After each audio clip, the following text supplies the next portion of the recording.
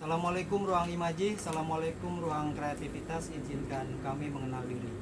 Assalamualaikum warahmatullahi wabarakatuh. Nah, pada podcast kita kali ini, podcast teater, insya Allah kita akan berbincang-bincang terus tentang seputar dunia teater bersama para penggiat-penggiat teater. Dan insya Allah podcast ini juga akan kita upload di YouTube kita, YouTube Teater El Nama Official. Jadi yang belum subscribe silahkan di subscribe supaya channel kita ini berkembang dan kita semakin banyak mengulas tentang dunia teater. Pada podcast kali ini saya ditemani oleh seorang senior saya dari dia sudah cukup banyak sekali pengalamannya di dunia teater, itu Bang Ramdan. Dia juga adalah seorang musisi dan beberapa kali mendapatkan prestasi di dunia teater. Tarik suara. Oh bukan. Di dunia teater sebagai aktor dan juga memerankan banyak sekali aktor. Mungkin Bang Ramdan diperkenalkan dulu. Assalamualaikum warahmatullahi wabarakatuh. Saya Ramdan, masih berkegiatan yang sama di dunia teater dan pendidikan sih. Jadi sampai saat ini ada di Teater El Nama sebagai pemusik kalau sekarang ya. Tapi dulu sampai terakhir saya main Magma, tapi setelah itu memutuskan konsen aja di musik. Ini Bang, sebelum kita berbincang-bincang lebih jauh, saya mau tahu dulu nih, mungkin Abang bisa cerita awal mula sampai Abang bisa terjun di dunia teater tuh gimana? Dulu pertama kali saya berkegiatan teater itu dari sekolah ya. Saya sekolah di pesantren, beberapa kali ikut pertunjukan di pesantren ya, ala-ala anak pesantren, berbeda dengan apa yang ada di lingkungan kampus gitu ya. Tapi dari situlah mulai berangkat saya mengenal dunia teater, minimal bersentuhan secara sebagai penonton ataupun membaca-baca naskah teater. Nah, yang paling pertama saya tonton sebuah grup teater ya Teater El Nama. Waktu itu saya SMA diajak sama senior Andi K dulu. Nah, nonton teaternya judulnya Syekh Siti Jenar. Nah, pertunjukan itu yang saya pertama kali tonton teater kampus ya, Teater El Nama. Entah bagaimana skenario Tuhan akhirnya memperkenalkan saya mengenal Syekh Siti Jenar, walaupun tidak secara kompleks, tapi minimal kita tahu bahwa Siti Jenar itu punya pemahaman wahdatul wujud. Tapi kita nggak perlu bahas itu, panjangan nanti terlalu dalam. Itu aja, itu pertemuan pertamanya. Sampai akhirnya nggak ada yang kebetulan sebenarnya. Saya ngejogroknya di El Nama. Padahal dulu pengen masuknya di Sahid, tapi inilah skenario Tuhan kan, masuknya di sini. Ya, ini sebuah anugerah pertemuan dengan Teater El Nama sampai sekarang. Jadi kalau di total dari 2004 sampai 2020 kan? 2004 sampai 2020 berarti udah berapa tahun? 16 tahun. 16 tahun ya. Bisa jadilah. Nah, tadi kalau yang aku nangkep nih, Abang pertama kali nonton Siti Jenar. Kayaknya nih Abang tertarik kepada Siti Jenarnya, kemudian yang membawa Abang akhirnya di dunia teater. Sebenarnya sih lebih ke ungkapan ekspresi diri ya kalau di teater itu. Cuma akhirnya saya ini kan kayak teater itu kayak memilih jalan. Ketika saya masuk ke teater, di teater itu juga sebenarnya membukakan banyak pintu. Apa yang mau jadi concern kita? Misalnya kita concernnya pada sosial, maka kita kan lebih mengangkat tema-tema yang sifatnya sosial. Karena nilai spiritual itu bukan berarti agama, tapi spirit apa yang timbul dari nurani kita yang menjadi dasar kita, persentuhan nurani kita yang membuat kita lebih seperti manusia, menjadi manusia. Ya. Itu kesan apa sih yang Abang dapatkan? Apakah sosok Siti Jenar atau dari teater itu sendiri? Ternyata kok bisa teater itu mungkin memunculkan nuansa spiritual di dalam teater gitu kan? Kayak Siti Jenar kan kita tahu sendiri bahwa dia adalah tokoh spiritual gitu. Ya, ketika saya nonton itu yang muncul adalah pertanyaan filosofis ya. Dia mengakui, kalau kita nangkapnya sekilas bahwa seolah-olah Siti Jenar ini meleburkan diri dalam Tuhan ya kan. Artinya kalau kita pakai Khomeini dulu sempat, ya bukan belum waktu ketika SMA nggak punya pikiran itu, tapi yang saya tangkap ketika saya SMA bahwa nonton itu gila, ada manusia yang bisa melebur dalam diri Tuhan kan. Nah, belum sampai pada pertanyaan filosofis, tapi artinya bahwa sebagai kita ini kan manifestasi Tuhan, yang diberikan hembusan nafas oleh Tuhan, akhirnya punya jiwa, punya nyawa. Nah, tapi balik lagi melebur tadi, konsep itu yang buat anak SMA yang berat ya buat saya kan. Tapi itu jadi sebuah langkah awal saya mengenal ke belakang-belakang tuh, dari jalan situlah mengenal dunia tasawuf. Jadi lewat pertunjukan yang kalau dibilang mendalam belum, tapi itu jadi langkah pijakan saya mengenal dunia tasawuf. Iya, menarik sih maksudnya. Ini kan teater dibawa, sesi Tijenar dibawakan oleh teater El Nama ya, gitu ya. Dan abang nonton itu tuh abang mendapat message itu gitu, Iya. dan mendapat message nilai-nilai spiritual itu gitu kan. Nah ini kan artinya akhirnya saya jadi ingin mengulik lagi bahwa teater itu juga ternyata dia bisa menjadi sebuah media untuk menyampaikan pesan-pesan spiritual yang seperti yang abang rasakan dulu sebagai penonton gitu kan. Iya betul itu, bahwa kan banyak jalan menuju Roma kalau ada istilah begitu kan. Tapi sebenarnya banyak jalan menuju Tuhan. Jadi menuju Tuhan bukan hanya lewat gerak ibadah, tapi menuju Tuhan juga bisa lewat pemikiran, lewat pada sentuhan seni yang kalau dilihat pertunjukan teater kan orang lebih memilih musik dibanding teater. Tapi saya punya ketertarikan pada itu tadi, bagaimana Siti Jenar meniadakan dirinya yang ada Tuhan. Nah, itu tadi Ibnu Arabi yang mengembangkan konsep wahdatul wujud. Tapi nanti kalau kita jabar dalam frame tasawuf itu agak sedikit berbeda dengan konsepsi itu. Iya. Ini kita sebenarnya bukan bahas tasawuf. Iya, tapi, makanya ini karena mengarahnya iya, naskahnya iya. ke situ, nggak mungkin kita pungkiri bahwa nilai itu yang sebenarnya digali dalam naskah itu. Naskah itu ya. Ya artinya bahwa yang sebenarnya ingin tertarik saya gali bahwa teater bisa menjadi sebuah media spiritual message gitu. Betul, kan, nilai spiritual gitu. Nah, terus dari situ apalagi nih abang, dia nama terus terlibat apa lagi? Nah, setelah saya masuk El Nama, dulu kan itu pikiran anak SMA ringan lah, jadi cuma ngelihat ketertarikan dunia teater, akhirnya masuk di kampus ini, lihatnya El Nama. El Nama dulu yang saya ikut pentas pertama sebagai anak El Nama itu Laila Majnun, metafor dari cinta makhluk pada Khalik. Terus lagi dari Laila Majnun masuk ke naskah berikutnya Musyawarah Burung. Suara burung. Nah, itulah yang saya mulai lebih tekun ke dalam dunia spiritual itu tadi ya. Karena ketika menggali Mantiq at-Tayyir, Musyawarah Burungnya Fariduddin Attar, karena kita tahu Fariduddin Attar itu sufi juga. Nah, dia membuat fabel-fabel dalam pemahaman seorang salik. Nah, itu yang luar biasa dipentaskan oleh teater El Nama. Ya walaupun setiap pemain punya tangkapan yang berbeda, tapi buat saya itu juga sebagai jalan spiritual yang saya pilih. Karena kalau kita belajar menjadi seorang salik itu penempuh jalan rohani, ya kan, pasti ada lembah pertama sampai dengan lembah ketujuh tadi. Dan lembah yang pertama itu mengenal, belajar makrifat itu tadi kan. Dan sebenarnya di El Nama dibukain, cuma masalahnya kan frekuensi dari teman-teman berbeda ya kan. Jadi nangkepnya beda-beda. Ada yang oke, gue main aja, oke, gue ini, dan gue punya tiba-tiba memang itulah nur ya. Pemahaman itu datang, kayaknya gue harus tempuh jalan ini. Nah, itu lewat jalan teater juga. Iya. Menarik kan? Menarik banget. Artinya gini loh, sebuah proses dalam berteater ya, sebuah proses dalam berteater yang membawa abang kepada nilai spiritual yang lebih tinggi ya. Walaupun backgroundnya awal kan pesantren, ternyata di teater itu bisa menemukan itu gitu, bisa menjadi sebuah jalan. Nah itu diproses dari ya dulu Siti Jenar abang lihat, terus Laila Majnun juga itu memang roman tapi juga ada nilai sufistik, sampai Musyawarah Burung yang lebih dalam pementasannya gitu kan, isi naskahnya. Nah, dalam prosesnya apa sih yang abang lakukan itu sampai bisa menemukan itu?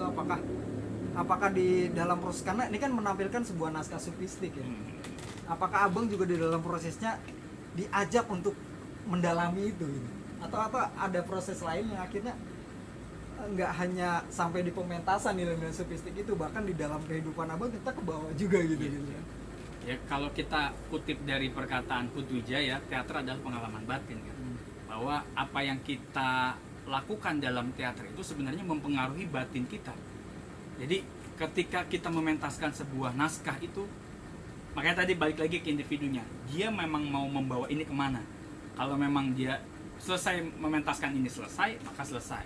Tapi kalau kita menempatkan diri sebagai seorang yang melihat ini dari sebuah pengalaman batin, maka kita akan intens dan terus ke situ untuk sampai pada konsepsi-konsepsi pemahaman yang baru gitu tentang spiritual. Karena saya mulai sekarang nih, dia memang dari dulu ya, kalau konsep spiritual kan dari dulu kan, ibarat kita menaiki sebuah gunung.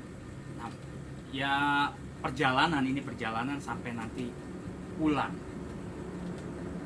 Nah, kalau di El Nama, balik kan di El Nama ya, ini juga lebih banyak membawakan naskah-naskah itu yang di situ selalu saja ada nilai-nilai spiritual, nilai-nilai sufistik, nilai-nilai teologi ketuhanan gitu kan. Dari naskah-naskah yang ada, bahkan naskahnya Kocakaci Arifin Cenur itu juga di situ dibawakan dengan, dan kita menangkap situ, wah ada nilai-nilai sufistik di situ gitu ya. Kalau abang selama di El Nama itu gimana tuh melihat itu? Iya, memang itu yang saya tangkap. El Nama sempat dibilang bahwa teater Islam gitu kan, karena mengangkat tema-tema yang sifatnya spiritual gitu kan. Tapi sejauh apapun naskah itu bicara, kalau si pelakunya tidak mau memilih jalan itu atau mengambil sikap jalan spiritual yang sebenarnya kan itu ibarat pintu ya, kita nggak memasuki pintu itu, tapi cuma oh ini informasi tentang pintu ini begini, pintu ini begini ya, maka kita tahu ibaratnya buah manggis di luarnya kebalik ya, kalau di luarnya pahit gitu kan. Soalnya main teater wah pahit gitu, perjalanannya pahit ya, tapi kan karena di situ ada kesukaan, maka yang pahit itu pun jadi terasa manis. Tapi kalau kita sudah masuk ke dalam inti dari misalnya kita menyelami langsung naskah itu dan menjalani riadoh, latihan rohani yang kita bisa gambarkan dari naskah itu, sebenarnya bisa juga menyentuh batin si pemain itu. Jadi nggak bisa di general bahwa semua yang ikut terlibat dalam pementasan juga punya frekuensi keruhanian yang sama. Ya makanya nih jadi terbongkar lagi ya bahwa orang-orang seniman teater yang kadang orang melihatnya urakan gitu kan, ya istilahnya hancur gitu kan, tapi ada juga gitu bahwa teater ini mengajak kita justru untuk lebih membuka pikiran, membuka ruhani kita, membuka segala potensi di dalam diri kita. Salah satunya adalah lebih mengenal kepada jalan ruhani, jalan spiritual, lebih banyak mengenalkan kepada Tuhan, kepada alam semesta juga gitu. Karena yang dilatih kan itu sensitivitas kan.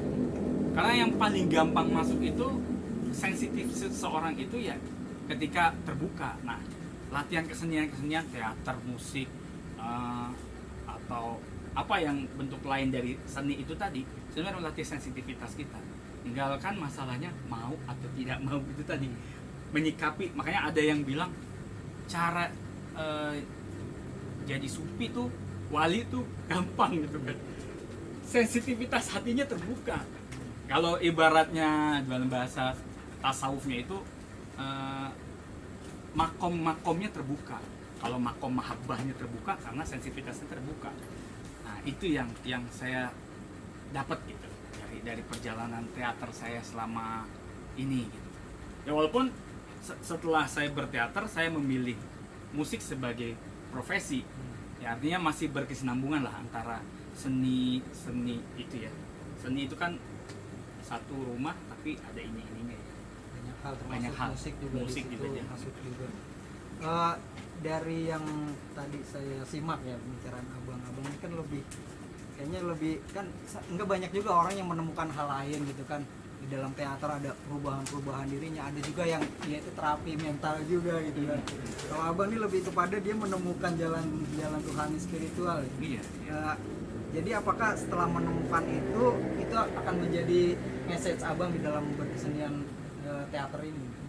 Iya, saya sampai saat ini pun saya begitu ya. Jadi ketika kita ya inilah, ingatlah dakwah yang diajarin Wali Songo lah, paling gampang. Bagaimana mengenal wayang yang kita kenal sekarang itu masyarakat umum secara global. Karena seni itu jadi senjata. Senjata tinggal kita mau bawa senjata itu baik atau buruk. Jadi kalau bicaranya adalah teater sebagai media, maka saya memilih jalan ini. Ya teater kan bentuknya banyak, teater musik, teater gerak, teater vokal. Ya teater kan pertunjukan gitu kan. Tapi pertunjukannya mengarah kemana? Itu tadi, bagaimana mengajak penonton itu terbawa pada kedalaman spiritual. Nggak usah kedalaman rohani terlalu dalam gitu kan. Nah, itu baru gerbang. Ini cuma nganterin di gerbang. Setelah itu, mau masuk ke dalam gerbang, maka ada estafet yang harus kita ambil. Nah, itu berat buat sebagian orang ketika sampai pada konsepsi pikiran-pikiran. Itu sangat berbeda ketika kita masuk ke dalamnya. Ibaratnya kita ada di singkapan tabir bambu-bambu ini kan. Kita cuma melihat di baliknya. Tapi ketika kita masuk ke dalam itu sangat berbeda. Sangat berbeda. Ya kalau laku rohaninya secara logika sama. Tapi nanti bagaimana kita ibadah itu begitu berat, bagaimana ibadah itu begitu nyaman, itu nanti balik lagi perjalanan spiritual manusianya. Makanya kita di Nama juga sering menggunakan istilah bahwa ketika berproses berteater itu adalah sembahyang kita. Iya benar. Ya kan, kalau itu juga sebenarnya diungkap oleh banyak orang ya. Apa yang kita lakukan nilainya ibadah. Maka sejauh apa kita menganggap ini sebuah ritual. Nah, kalau kita melihat ini sebatas pekerjaan, maka selesai. Pekerjaan untuk mencari kesenangan. Tapi kalau kita sandarkan semuanya kepada Allah, maka nilainya jadi spiritual. Ibadah sholat itu kan 5 waktu. Tapi ketika kita mengisinya dengan saya serahkan semua ini kepadamu Tuhan, maka kan berarti semua yang langkah kita ini direstui Tuhan selama jalan itu baik. Ya ini artinya kita jadi semakin tahu ya, mudah-mudahan masyarakat awam di luar sana yang belum tahu dunia teater bahwa teater itu bukan cuma tontonan gitu kan. Ternyata di dalam prosesnya banyak sekali yang menemukan dirinya, bahkan yang menemukan jalan kerohanian dia gitu kan. Teater itu kita nggak cuma teriak-teriak hura-hura acting gitu. Betul itu. Iya. Ya oke. Dari semua pementasan nih, mulai abang dulu pernah mementaskan Laila Majnun. Itu di situ gimana tuh? Abang bisa gambarin gak nilai spiritual apa ya abang dapatkan? Ya itu kayak tingkatan ya. Saya ngerasanya kayak tingkatan. Dulu nonton Siti Jenar pertama kali itu, yang terbuka konsepsi pikiran-pikiran manusia melebur dalam dirinya. Aku di dalam dirinya, dia di dalam diriku, kan jadi seperti kosakata yang berbolak-balik buat anak SMA berat lah. Aku melihat apapun adalah Laila. Iya, semua yang kulihat adalah Laila, semua yang kulihat adalah Kais gitu kan. Tapi ketika saya masuk di di musyawarah burung itu, luar biasa itu. Itu langkah spiritual, jalan ruhani yang mulai saya tekuni. Karena melihatnya bahwa kita ini sedang perjalanan menuju Simuh, kalau dalam naskah itu ya. Simuh itu kalau gambaran dari Tuhan kan, metafor dari Tuhan. Burung yang sangat besar yang belum kita tahu yang ada di balik Gunung Kaf. Dan untuk sampai ke Gunung Kaf itu, maka kita harus menempuh 7 lembah. Nah ini luar biasa nih. Lembah yang pertama adalah jalan mengenal. Yang kedua lembah cinta. Maka orang yang menempuh jalan ruhani tadi, walaupun dia ada dimanapun itu, di dalam teater atau di dalam kesenian lah khususnya ya, maka dia harus, langkah yang pertama adalah mengenal tadi. Allah itu indah. dan Allah menyukai keindahan kan. Makanya bentuk sastra itu, mengapa Quran itu menjadi teks yang begitu indah kan. Alif lam bismillahirrahmanirrahim alhamdulillahirabbil alamin arrahmanir rahim maliki yaumiddin. Ujungnya kalau lihat kayak susunan puisi gitu kan. Makanya kitab sastra paling besar ya Quran. Nah, lanjutnya apa tadi? Jadi kacak. Selanjutnya lembah. Oh iya, balik lagi ke situ. Nah, lembah-lembah itu yang kalau kita lembah mengenal, lembah cinta. Ujung dari lembah ini adalah kefanaan. Nah, itu yang luar biasa. Yang kita sebagai pelaku seni harus masuk ke dalam situ. Bukan harus ya, tapi memang itu yang sebenarnya arah yang harus kita sikapi dengan bijak. Bahwa ketika kita, buat teman-teman teater juga, ataupun buat diri saya lah, jangan buat teman-teman, bahwa melihat sebuah pertunjukan itu kita menyampaikan pesan yang nilainya selalu baik. Jadi ketika kita ada dalam Quran kaburu maktan indallah yang takul ma la taf'alun gitu. Ketika kita mainin naskah-naskah sufisme atau naskah-naskah religi, ketika kita menyampaikannya nggak sesuai dengan laku kita, maka itu jadi nonsen kan. Makanya ketika kita memainkan naskah yang sifatnya religi, maka kita harus masuk ke dalam jalan itu juga. Jadi komplit memperbaiki diri di dalam ini betul-betul sebagai sebuah pilihan. Itu sih. Terus lembah berikutnya? Ya panjang lah kalau dijabarin secara perjalanan estafet rohaninya. Intinya lembah yang pertama adalah mengenal, lembah kedua adalah cinta, lembah yang ketujuh kefanaan.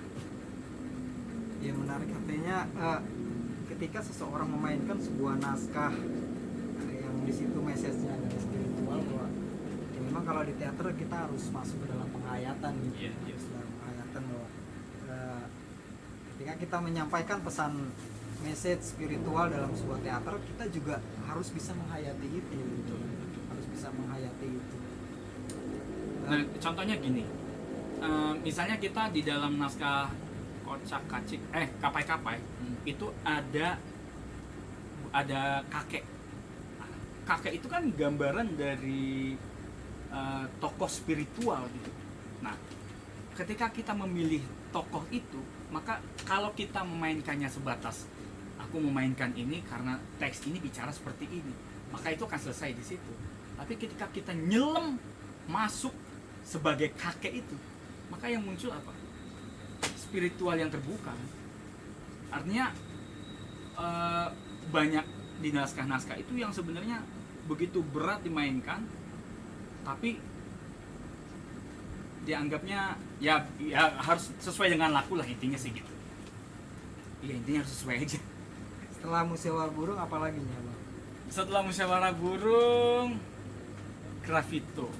Nah, Gravito itu juga El Nama mainin itu tentang bagaimana pernikahan antara beda agama. Nah, itu pemahaman baru lagi muncul. Saya memilih di musik waktu itu. Tapi itu juga persentuhan yang luar biasa. Artinya musik kan juga jadi wujud yang tanpa bentuk, abstrak wujudnya, tapi bisa dirasa. Jadi ketika main teater kita bisa melihat secara visual, ya kan? Kita bisa menangkap secara indrawi. Tapi kalau di musik itu berbeda. Musik tidak ada wujud visual. Ya, kalaupun grafik-grafik itu kan bukan wujud visual sebenarnya. Suara itu tapi suara itu menyentuh kolbu juga bisa. Itu nilai spiritual juga yang muncul. Wah, luar biasa musik. Makanya kenapa kalau saya secara pribadi dengar musik religi itu nggak harus yang aku cinta padamu ya Allah, nggak harus begitu. Astagfirullah itu religius gitu. Tapi kalau spiritual, kita dengerin lagu Yani, tiba-tiba hati kita ingat kepada Allah, itu udah luar biasa itu. Kita mainin lagu klasik, tiba-tiba kita teringat kepada Allah. Spiritual juga kan? Itu luar biasa. Itu dua hal itu tadi, musik dan teater yang bisa mengantarkan saya ke jalan. Nah, ini bicara tentang penghayatan ini, supaya pemain ini dia bisa menghayati naskah-naskah spiritual message itu, naskah-naskah yang sufistik. Yang penting lakukan ya. sampai kedatang ilham itu. Jadi kita nggak usah paksain, oh aku harus memainkan ini untuk menjadi ini, nggak harus. Ya tugas kita berupaya aja. Nanti karena itu bukan suatu hal yang bisa dipaksa-paksa. Seperti orang memilih agama gitu, nggak ada paksaan dalam beragama. Apalagi memilih jalan spiritual, itu dirinya sendiri yang akan bagaimana dia menangkap message dalam teks itu, bagaimana dia menangkap hidayah dari Tuhan. Itu balik lagi ke pemain. Yang penting tugas kita sebagai pemain atau sebagai pemusik atau sebagai seniman, yaitu tugasnya lakukan. Duit aja, bukan duit. Duit, bukan duit. Gimana? Mau kita lakukan ini semata-mata mengharap ridha Allah, maka dia menjadi nilai ibadah.